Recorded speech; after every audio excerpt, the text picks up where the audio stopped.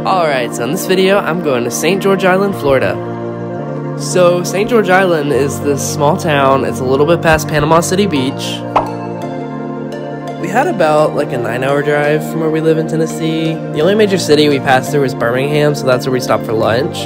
And then once you get into Florida, you have to drive through the Apalachicola National Forest, which the drive through there was so cool, and then it's pretty much just a straight shot to St. George Island.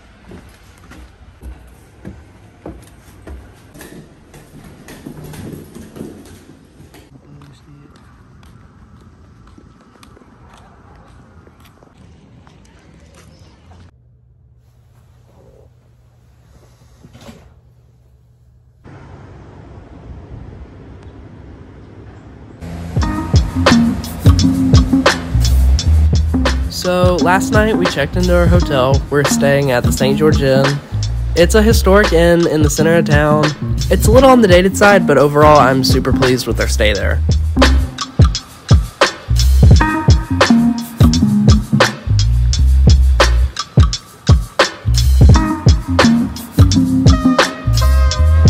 St. George Island kind of feels like stepping back in time a little bit before the Florida panhandle was largely developed.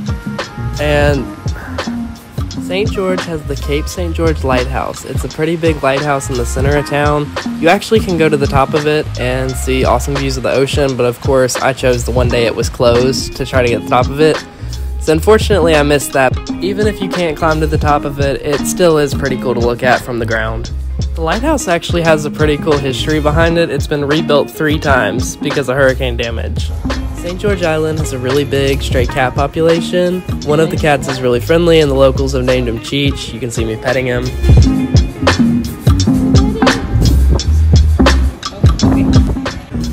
After the beach, we went to the store to grab some snacks for the hotel room. Then we went to this place called Coffee and Cream, and they have ice cream, and they had Starbucks products. I don't know if it's technically a Starbucks, but they have pretty much the same menu as Starbucks, so that was really neat. Then after that, we went and got lunch. We stopped at this restaurant called BJ's, and they have amazing pizza. It was so good.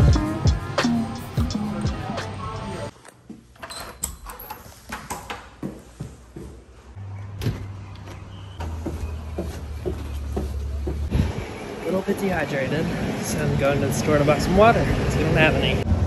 So got a little bit sunburned.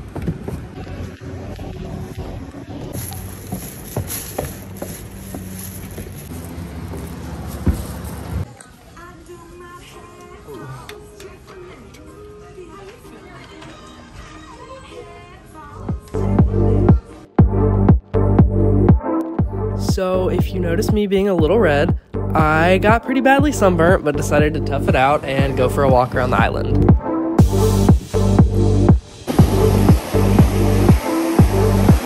So, if you couldn't have guessed already, that walk led to the beach. It's pretty much the only reason you come to St. George Island, which is nothing to complain about, especially when it feels like you have the whole beach to yourself.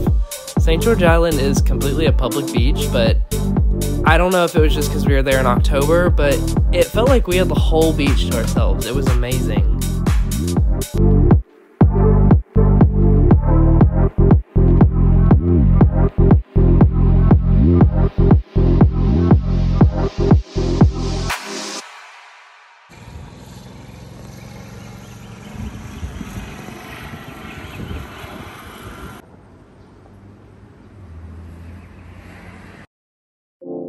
Since my sunburn was at the point where it would hurt if I squint my eyes too hard, I felt like being out of the sun was probably my best bet. But I didn't want to make a sunburn ruin my vacation, so luckily the boardwalk had a place I could put my hammock up in the shade and still enjoy the views of the ocean. We went to this place called Mango Mike's for lunch, and I got these things called gator balls. They were like hush puppies, and they were pretty good. It looked like it was about to rain, so we started to head back to the hotel, and luckily, right as we got there, it started to pour, so I think that was a pretty good call.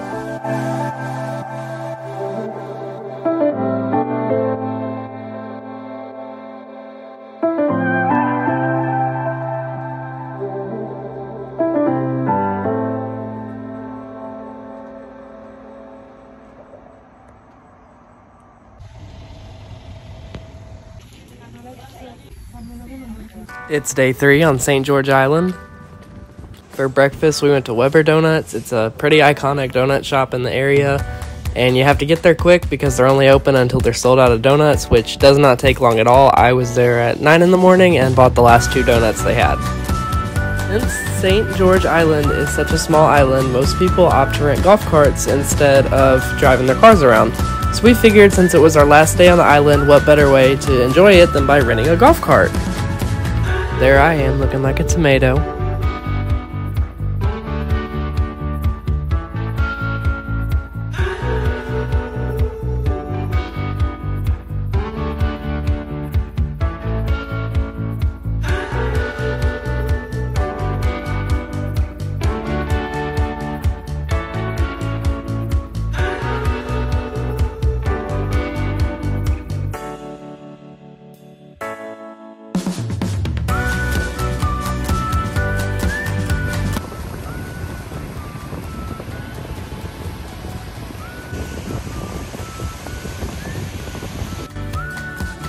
For dinner, the plan was to go to this restaurant called the Blue Parrot because they were right on the water and had really pretty views for sunset, but it looked like everyone on the island had the same idea as us because we could not get a table. So plan B was to go to the restaurant Patty's Raw Bar, which quickly became our favorite. They have live music and fresh oysters, and overall it's just a really fun experience.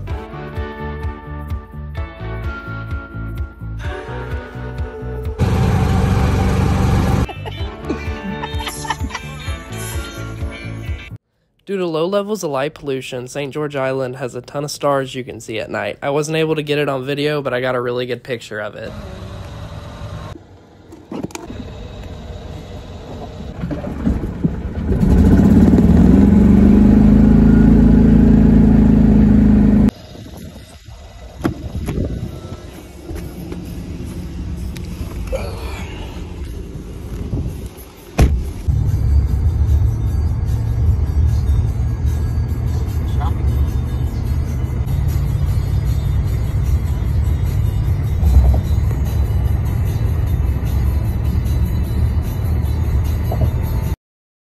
Here's a quick guide of the destination. If you enjoyed this video, please give it a like and subscribe to see more content like this. Thanks so much for watching.